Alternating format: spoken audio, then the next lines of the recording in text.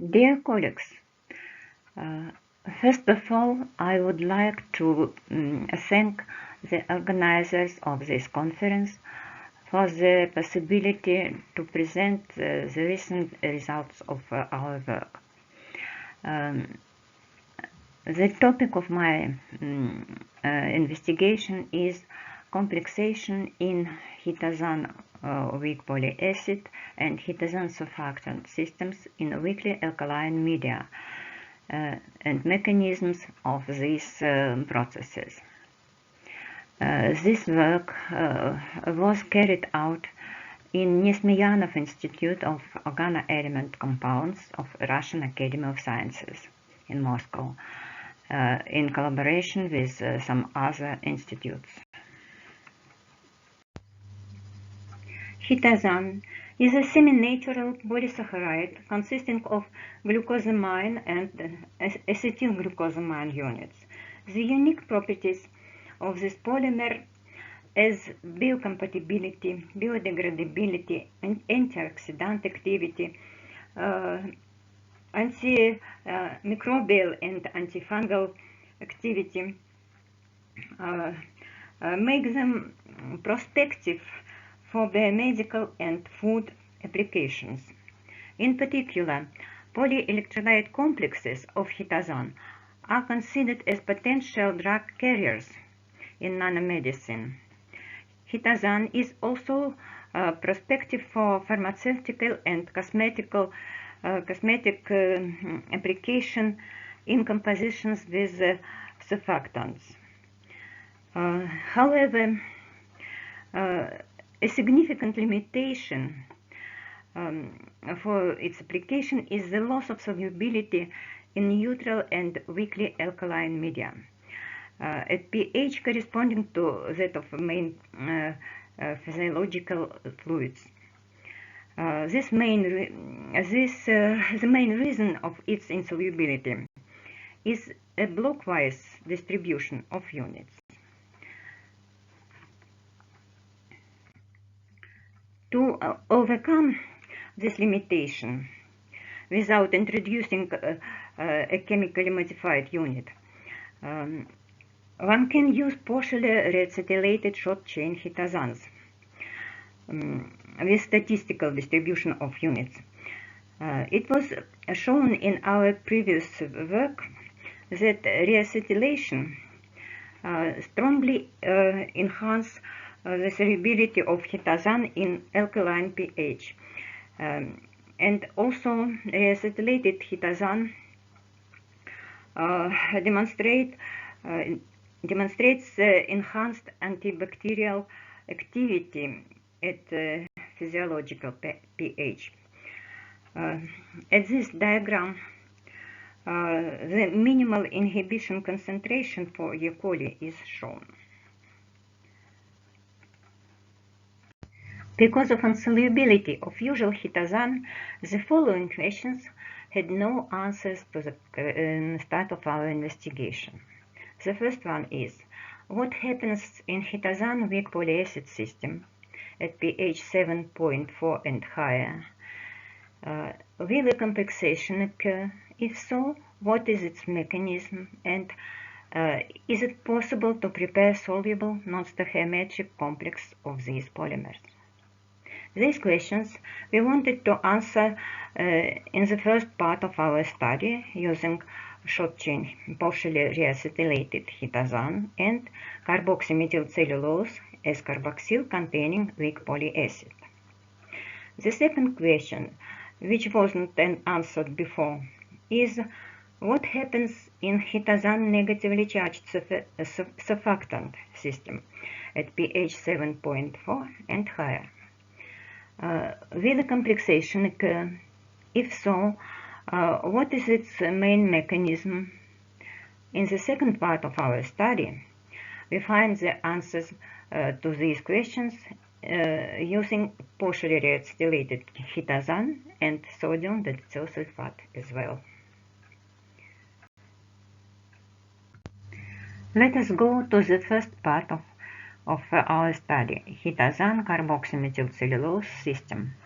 Here we can see molecular characteristics of the used polymers, average molecular weights, and degree of acetylation of chitosan, and degree of carboxymethylation of carboxymethylcellulose.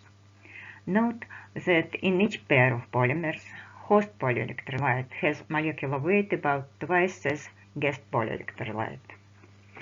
The applied methods are light scattering, isothermic titration calorimetry, size exclusion chromatography, infrared spectroscopy. And the experiment was carried out at pH 7.4, 6, 8, and 8.5. At physiological pH 7.4, titrations of chitosan into carboxymethylcellulose were carried out in two buffers of the same ionic strength but differing in ionization enthalpy. Tris buffer with a high heat of ionization and phosphate buffer with a low heat of ionization. By light scattering method, we observe the formation of polyelectrolyte complex of about 100 of nanometers radius and a beginning of phase separation with partial precipitation starting about mole ratio of about 0.5 in both buffers. Concentration is expressed in molarity of ionizable units of each polymer. Light scattering data for two buffers are similar. The nature of the buffer doesn't make a significant difference in the process. The profiles of the titration calorimetry are strongly dependent on the nature of buffer. In trees with high ionization enthalpy, small endothermic effect was observed. In contrary, in phosphate buffer with low ionization enthalpy, we have observed high exothermic effect. This process can be described by standard model of one set of independent sites with the value of interaction enthalpy minus 5.3 kilocalories per mole. This dependence of the observed interaction enthalpy indicates the participation of proton transfer from the buffer substance to chitosan and additional ionization in the binding process. This phenomenon is observed in a mixture of weak polybase chitosan and weak polyacid for the first time. To estimate quantitatively a fraction of chitosan units which was protonated due to proton transfer, we can use this equation and compare measured binding enthalpies in two buffers. For trees, we take as delta H as 0, and we get the fraction of additionally ionized glucosamine units as approximately 50%. We know that chitosan alone at this pH has degree of ionization about 10%. So we can conclude that due to proton transfer, the main binding mechanism is electrostatic interaction and ion pairing, despite a low ionization degree of chitosan in initial solution.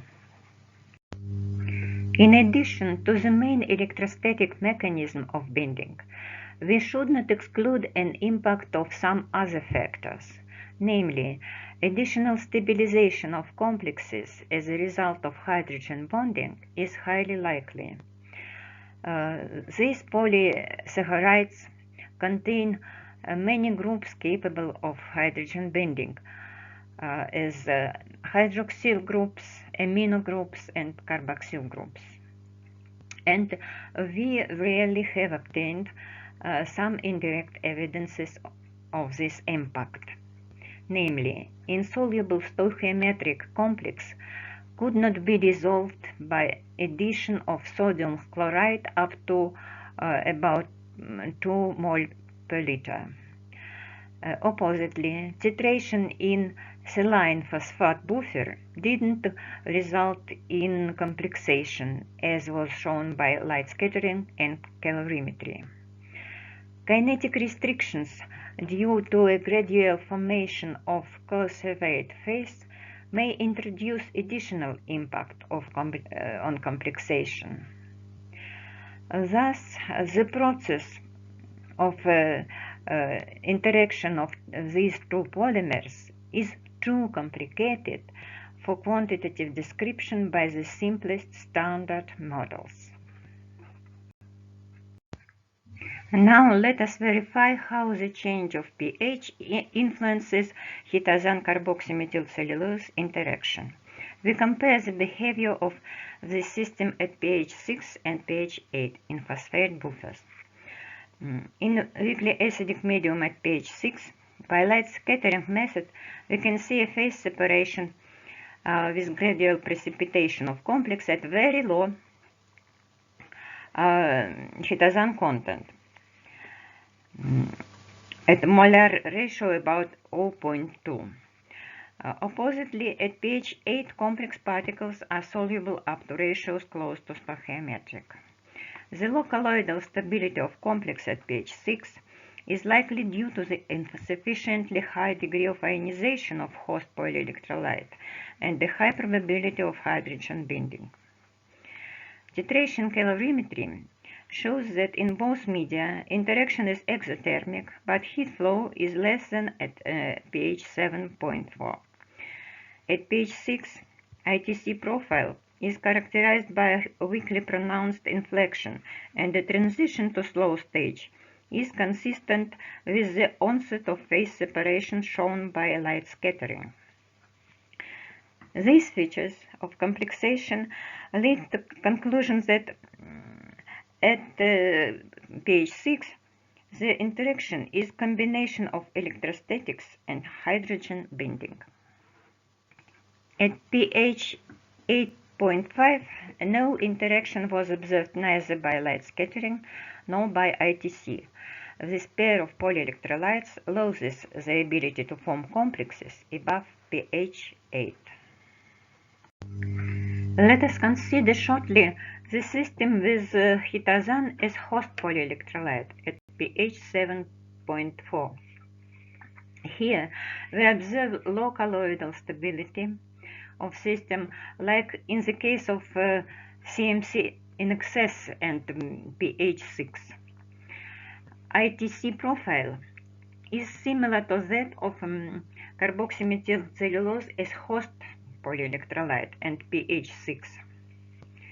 Apparently, the main reason of this similarity is a low degree of ionization of host polyelectrolyte being in excess, and as a consequence, a high impact of hydrogen bonding.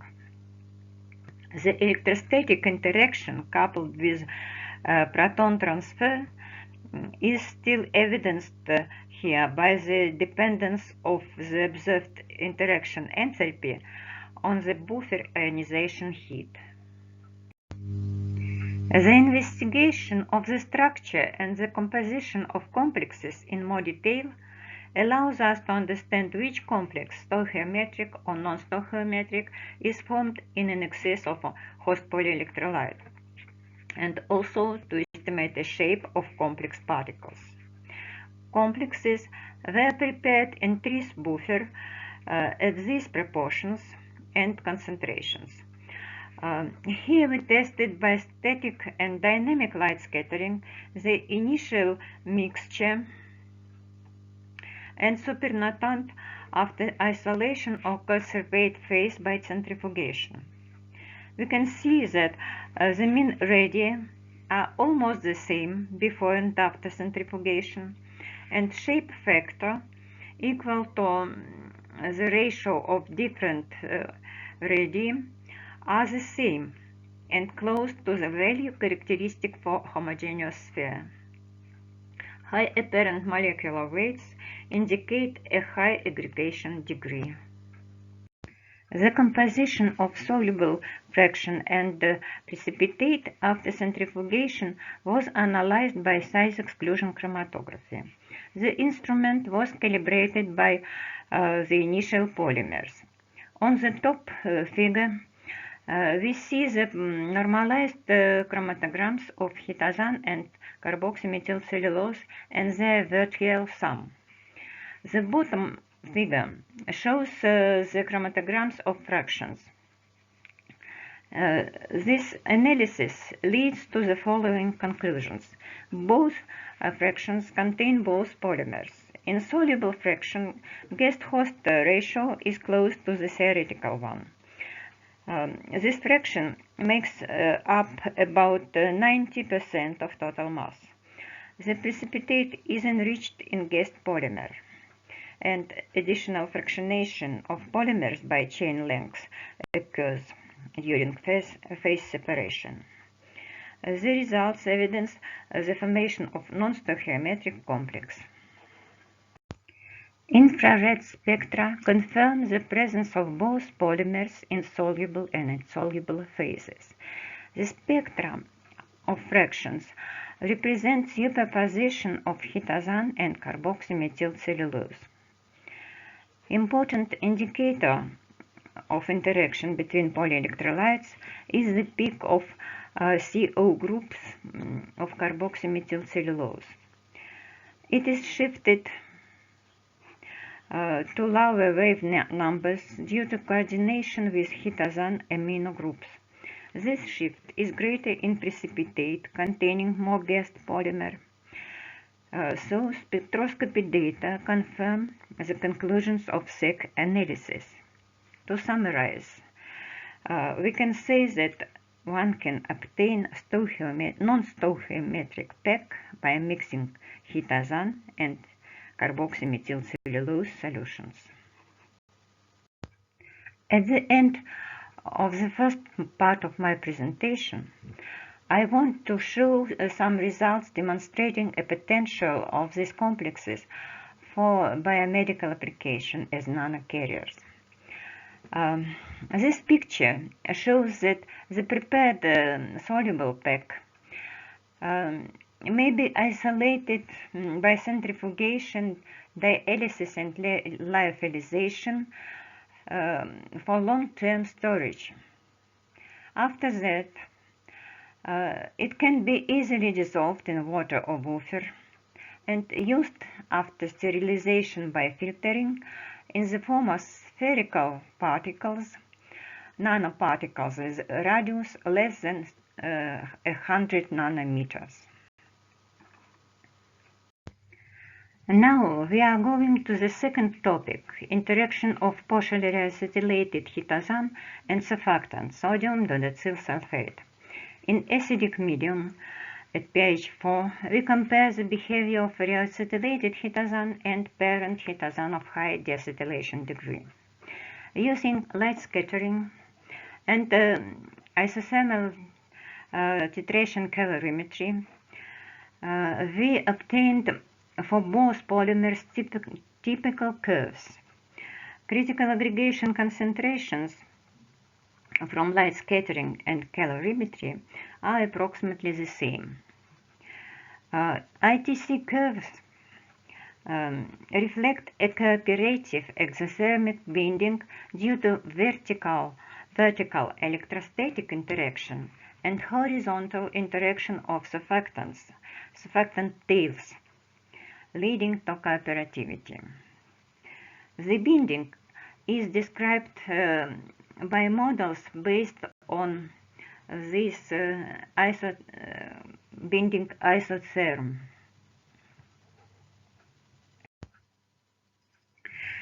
Some words about analysis of calorimetry data using classical models. This procedure is rather complicated, but very shortly.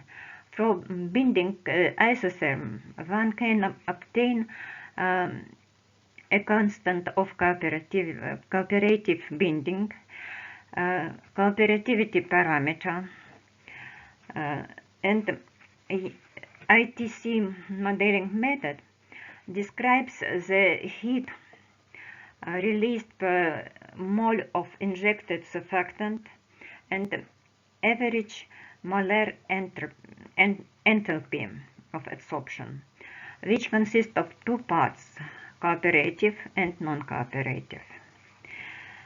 Of course, model is an idealization of actual process. It neglects steric effects of aggregation, and so on. In the table, the main parameters of modeling for chitosan and reacetylated chitosan are shown. One can see that cooperative enthalpies are equal to each other, but constant of cooperative binding. For reacetylated chitosan is less than for initial chitosan.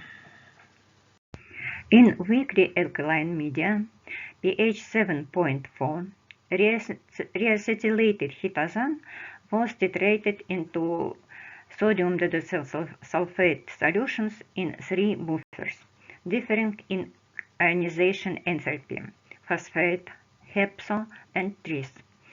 Light scattering titrations are similar in all buffers. Critical aggregation concentrations determined by light scattering and calorimetry are in good agreement and lie significantly below the critical methylation concentration of SDS. Calorimetric curves are exothermic and cooperative in all buffers and may be described by classical models. These curves are different in their observed molar enthalpies. The interaction parameters determined by modeling for 3 buffers are shown in the table. Very small delta H cooperative is obtained in tris buffer, having higher heat of ionization. The highest negative delta H cooperative is determined in phosphate buffer. The figure represents a linear dependence of delta H cooperative on ionization enthalpy of buffer. This dependence confirms the release of protons from the buffer to chitosan. So, we have shown that in weakly alkaline media, the interaction between chitosan and negatively charged surfactant is of classical type, namely, vertical electrostatic interactions initiate cooperative surfactant to polymer binding due to proton transfer. This mechanism is shown for the first time for interaction of weak polybase with anionic surfactant. The behavior of chitosan SDS mixtures was tested in highly alkaline media. Using light scattering and titration calorimetry, we have found that no polymer surfactant binding occurs in diluted solutions at pH 9. By titration of mixture with hydrochloric acid, we have found that the situation changes at pH about 8. So, at pH above 8, the interaction mechanism changes from preliminary electrostatic to preliminary hydrophobic with critical methylation concentrations of mixtures close to this concentration of surfactant alone. To summarize my presentation, I would like to emphasize that the main results on the mechanism of interaction in neutral and alkaline media of weak polybase chitosan and weak carboxyl-containing polyacid are obtained for the first time, as well as the results on interaction mechanism of weak polybase and negatively charged surfactant. Now I want to present my co-authors who take part in this study. My colleagues from Nesmeyanov Institute: Oksana Vyshivanная, Nikita Tищенко, Evgenia Безродных, Vladimir Tikhonov, and Viktor Orlov from Blagodatskikh Research Institute of Physico-Chemical Biology, Moscow State University, and Yana Shabelnikova from Institute of Microelectronic Technology and High Purity Materials.